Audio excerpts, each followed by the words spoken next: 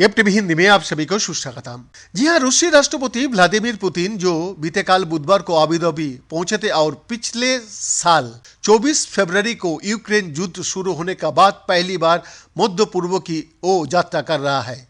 उनका यूएई में महाराजाओं की तरह स्वागत किया गया है, जिसके बाद सवाल उठ रहा है कि क्या रूसी राष्ट्रपति ने अंतर्राष्ट्रीय राजनीति में धमाकेदार वापसी कर ली है। यूएई में रूस के राष्ट्रपति व्लादिमीर पुतिन का लड़ाकू विमाने घुड़सवार सेना और ऊंट के साथ घुड़सवार सेना और 21 बंदूकों की सलामी का साथ भव्य स्वागत किया गया। अपने भव्य स्वागत के दौरान रूसी राष्ट्रपति जो पश्चिमी देश की तरह से लगाए गए प्रतिबंध का सामना कर रहा है, उनके साथ रूस का 5th generation fighter aircraft Su-35S भी मौजूद था और रूस के लड़ाकू विमानों को अबू धाबी के आसमान में रूसी ध्वज के रंगों की दिखाते हुए देखा गया है। रूसी राष्ट्रपति का मिडिल ईस्ट दौरा 6 दिसंबर को शुरू हुआ है और जब वो अबू धाबी में उतरे तो क्रेमलिन ने फुटेज जारी किया था, जिसमें यूएई की शीर्ष नेताओं को पुतिन की कार को बैठक स्थल तक ले जाने हुए दिखाया गया था। अबू धाबी में उन्होंने संयुक्त अरब अमीरात के राष्ट्रपति शेख मोहम्मद बिन जायद अल नह्यान के साथ द्विपक्षीय वार्ता की।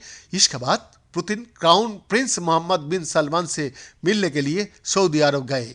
क्रेमलिन के मुताबिक सऊदी अरब में होने वाली चर्चा में तेल, गाजा और यूक्रेन में जारी स्थिति जैसे विषय पर चर्चा होने का उम्मीद भी है। राष्ट्रपति पुतिन की नवीनतम मिडिल ईस्ट की यात्रा चीन की राष्ट्रीय राजधानी बीजिंग में उतरने के लगभग 2 महीना बाद हो रही है, जहां उन्होंने अपने दोस्त शी जिनपिंग से मुलाकात की थी। अपनी चर्चा के दौरान राष्ट्रपति पुतिन ने रक्षा और व्यापार से संबंधित कई समझौता ज्ञापनों पर हस्ताक्षर किया।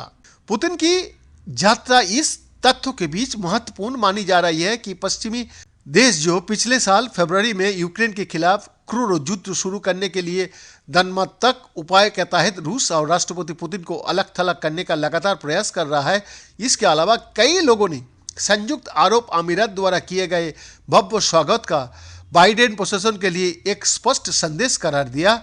इस तथ्यों के बीच कि वो चल रहे इसराइल हमास युद्ध में सहायता प्रदान कर रहा है। इसके अलावा यूएई और सऊदी अरब को मुस्लिम देशों के दबाव का सामना करना पड़ रहा है, जो पश्चिम से इसराइल को अपना समर्थन वापस लेने और गाजा में फिलिस्तीनियों के खिलाफ प्रधानमंत्री बेंजामिन नेतन्याहू की कार्रवाई पर आरोप लगाने की मांग कर रहा है।